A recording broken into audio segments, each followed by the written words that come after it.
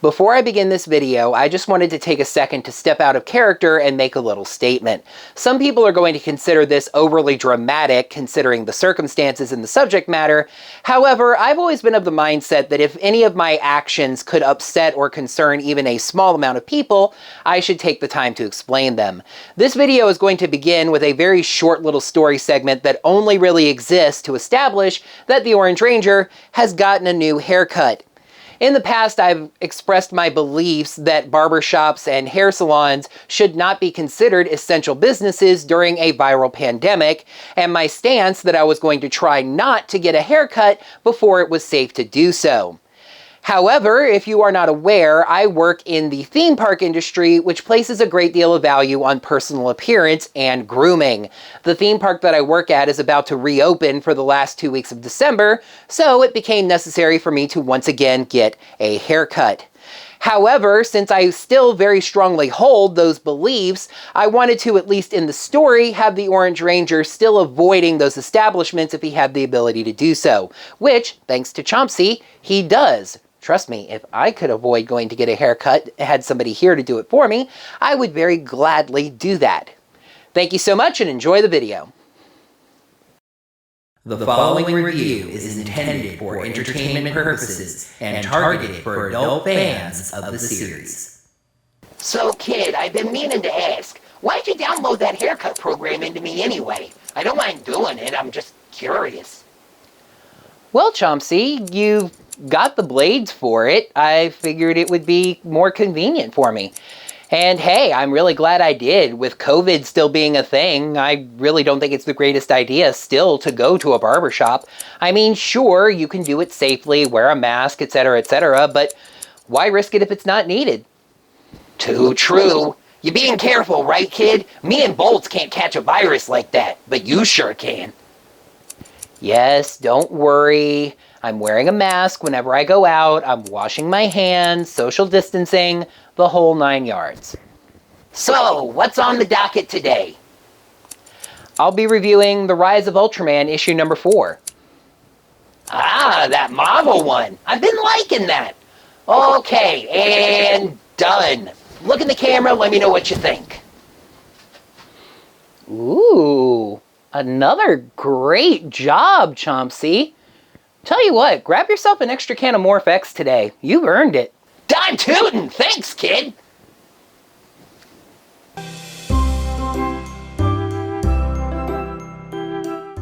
Hello there, heroes! I'm the Orange Ranger, and welcome to another comically long review.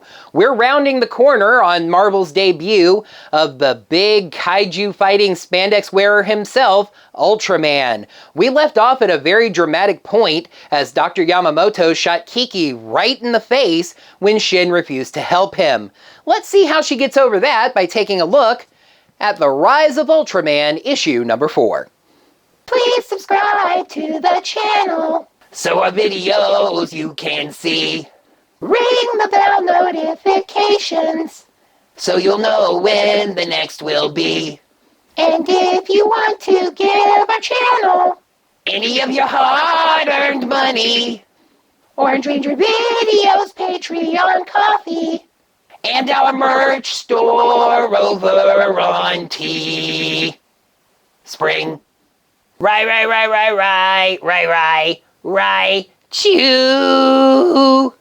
The main cover is a nice contrast shot, showing Shin and beautiful Japan on one side, and the Ultra and presumably his world on the other, art by Jorge Molina. E.J. Sue provides a 1 in 25 variant, showing a giant Ultraman fighting a big kaiju, as seen from the ground, with one presumably USP agent looking on. Marvel doesn't have an artist listed for the third variant. Yeah, by the by, I realized this week that Marvel's website lists the variant covers and usually lists the artists. Here, they did not. Honestly, it wouldn't really be worth mentioning if not for this other weird thing I noticed. Kyle Higgins is listed as the writer with the tag inactive. My best guess as to why is that the writing for these books has been done for a while now, so as it stands right now, Higgins is inactive for Marvel. Get on with it! Yeah, hope you enjoy that coal in your stocking, MPG. Anyway, Atomic Empire gave me the artist for this cover, Ed McGuinness. It's a neat piece, Ultraman standing in a battle pose, and we're just able to see that he's actually surrounded by kaiju, 2 of them standing in the background and fire raging right behind him. Kiki opens her eyes. In USP heaven? No, she seems to still be in Japan, but with giant crystals growing out of everything. Oh man, she got sent to the nameless dimension from Beast Morphers. She hears a noise and pulls her K-ray, announcing that she's armed. However, this kaiju does not seem to be impressed. I'm not sure what stands out more, the luscious locks this monster has, or us looking at it right between Kiki's legs. As the Ultra looks on, Shin confronts the doctor, thinking he killed Kiki just because he refused to help. However, he says she's not dead. He sent her somewhere, a place not even as safe as his house, which stands in ruins after 2 kaiju attacked. He holds firm. If Shin wants Kiki back, he gets the doctor past the kaiju and the USP agents he just called in. He also saw Shin change back from Ultraman, so he tells him to do that again and get him out of there. The Ultra tells Shin that he can't. It's too soon. They need to recharge. Shin basically tells the doctor this, and he says, fine. Yamamoto says they can solve this the way the USP always seems to, revealing a wall of guns and, for some reason, a sword. Shin says these are old-school USP lightning guns, and they look like regular guns with extra bits held on by rubber bands. Shin realizes the doctor already had a K-ray, it's what he shot Kiki with, so asks why he isn't using that now. Know how Zoe Reeves says she doesn't run from big problems, she solves big problems? The doctor says the K-rays don't solve big problems, they create big problems. Shin doesn't get it, but the doc says he will soon enough. They see a VTOL fly in, and though the Ultra says Doc doesn't seem legit, Shin says they don't have another choice. So Shin has a funny method of getting the Doc away from the USP, taking him directly to the USP. He leads Doc back to Ichinotani, saying they need to take off now. The 2 know and hate each other, but Shin doesn't care, telling them to get on the plane or to get left with the kaiju. Yeah, sure, this feels about right. Escape from the demons, only to run into the arms of the damned devil. Ichinotani sets the VTOL to a high cruising altitude and everyone talks.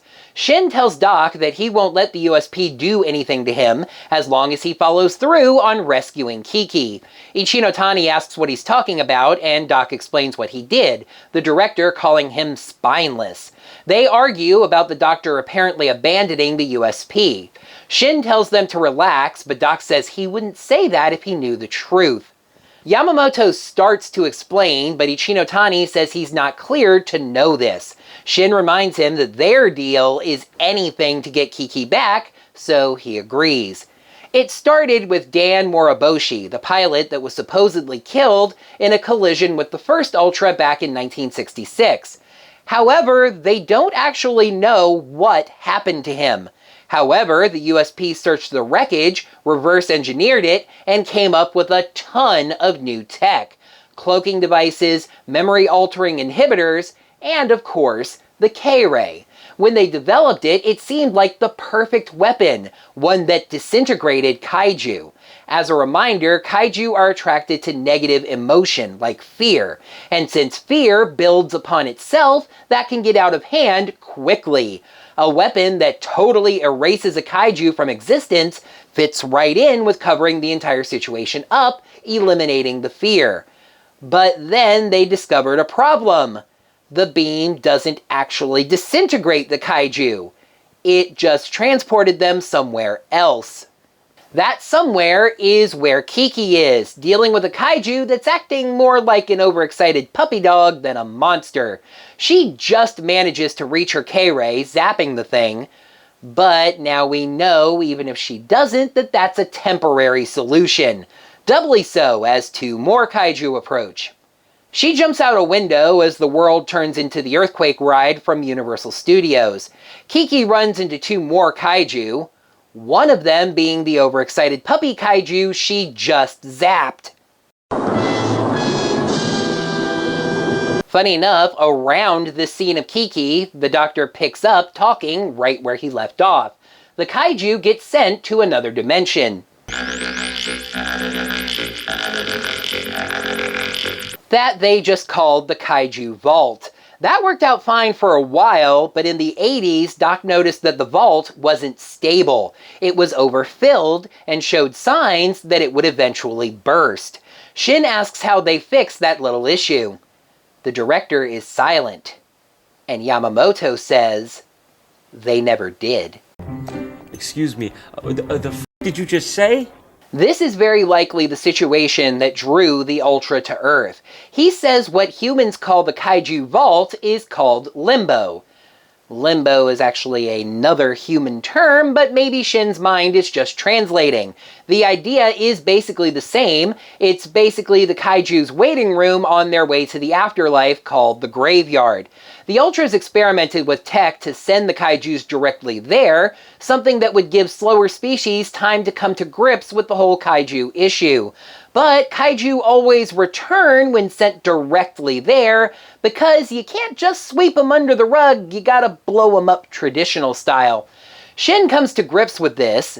The USP have been stuffing Kaiju into this limbo for 40 years. The dam is about to burst. They knew this and haven't done anything about it. Ichinotani defends the USP, asking just what they were supposed to do. The Kaiju are a catch-22. The longer it takes to deal with them, the more people get scared, the more Kaiju get attracted to Earth. He also partially blames this on the internet, saying an interconnected world just spreads fear even easier.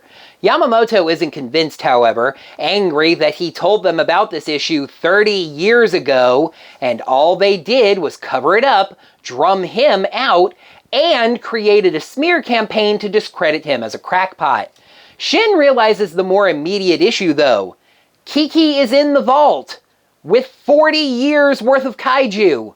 Doc says that theoretically, if you take a K-ray inside the vault, you should be able to blast your way back out, especially since the barrier has been weakened. Shin grabs a gun and says he's going in. He tells the director that he gave his word that the doc would not be handed over to the USP, and that needs to be honored.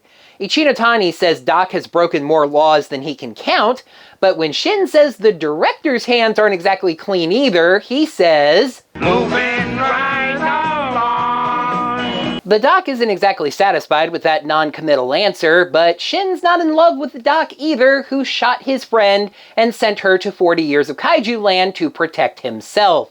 But hey, Doc doesn't feel like he is a good person. Just asking Shin how dirty he will become before he realizes that he can't let the USP make him do something he can't forgive himself for. Shin, shot by the K-ray, lands on a floating car. So I'm guessing that anything shot by a K-ray ends up here, hence the motorcycles and the street signs and the buildings, anything that a stray shot might have hit. It's a big place, but the Ultra suggests that they can search it by flying. Oh, by the way, Ultraman can fly. An oblivious Kiki keeps zapping away at kaiju before Ultraman arrives. Now this is a little weird. Kiki tells Shin she's happy to see him before realizing she should ask if this is Shin. To this point, Shin has always spoken when they were in Ultraman form. But this time the Ultra responds, saying they are both happy to see that she is okay. I think it's so the Ultra can dump the exposition on Kiki and have her readily believe it. She seems to actually misunderstand the information anyway, though. She feels like kaiju can't die here since she zapped one and it came right back. But no, K-rays don't kill the kaiju to begin with. She just teleported it somewhere else in this dimension. Okay, I guess that makes sense. Very nice two-page spread here, showcasing that there are very large kaiju here as the Ultra yanks Kiki into the air. Ultraman speaks kind of poetically about this development, saying that the kaiju left trapped and unresolved in limbo becomes stronger, building, festering, and growing. And now you're growing. They use the K-ray to zap out of the vault. Ultraman is still aghast that as big a problem as the vault has been left avoided and ignored. Kiki says they'll figure it out one step at a time. But, as Ultraman says, there is a cacophonous sound, and Kiki says that something has squeezed through the gap. That's quite a something just there. Next time on Ultraman, with every step comes an earthquake. With every breath comes fire that melts steel. Witness calamity incarnate, Bemular.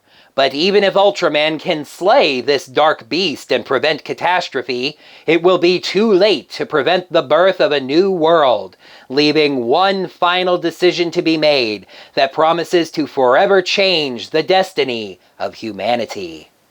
I'll talk more about Bemular next week, but just to establish a little bit right now, Bemular is actually another historic kaiju for the Ultraman franchise, the very first that Ultraman faced, as a matter of fact. Bemular escaped from the monster graveyard and fled to Earth, pursued by the Ultra that, in an interesting twist as opposed to this story, crashed into Shin's ship, killing him but then reviving him as Ultraman. Anyway, this is definitely a plot dump exposition type of an issue. The only real action goes to Kiki, who spends most of this issue running for her life. We needed to establish the Kaiju Vault, the Limbo, USP's Deep Dark Secret, etc., etc. But Ultraman only really transforms to fly around and look for Kiki, so this is definitely more the setup for the big finale next time. The Rise of Ultraman, issue number 4, gets a 3.75 out of 5. Next time on A Comically Long Review, the other December 9th comic. The Mighty Morphin Rangers were just betrayed by their friends, the Omega Rangers, who took Lord Draken and fled the Earth. What are they going to do about that? And what will Lord Zed do with his new green chaos power? Find out in my review of Mighty Morphin issue number 2. That's going to do it for another Comically Long Review. Thank you, heroes, so much as always for watching. Now that the video's done, you can let me know what you thought of this issue, as well as my review of it, down in the comments below. And while you're down there, be sure to smack that thumbs up button and let me know that you enjoyed this video. Heroes, please make sure you're staying safe out there. Wear your mask, wash your hands. I know we've been dealing with this for a while, but just seriously, keep it up. It's going to work. We're going to get through this. Just keep doing the things you need to do to stay safe out there. Until next time, heroes, may the power protect you. The main cover is a nice contrast shot showing Shin and the beautiful It's a nice piece, Ultraman surrounded in which stands in ruins after 2 kaiju attacked. He holds firm. I'm doing it again. Shin says Doc... It was overfilled. Gosh, dang it. He says Ultraman is still aghast that as big of a...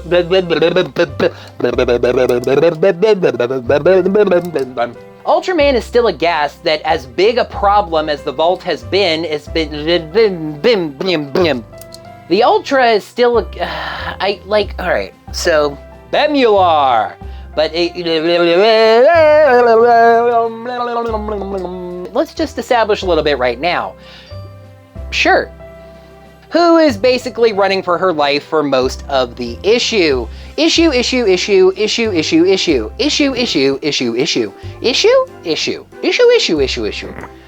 Next time on A Comically Long... I know what my show is called.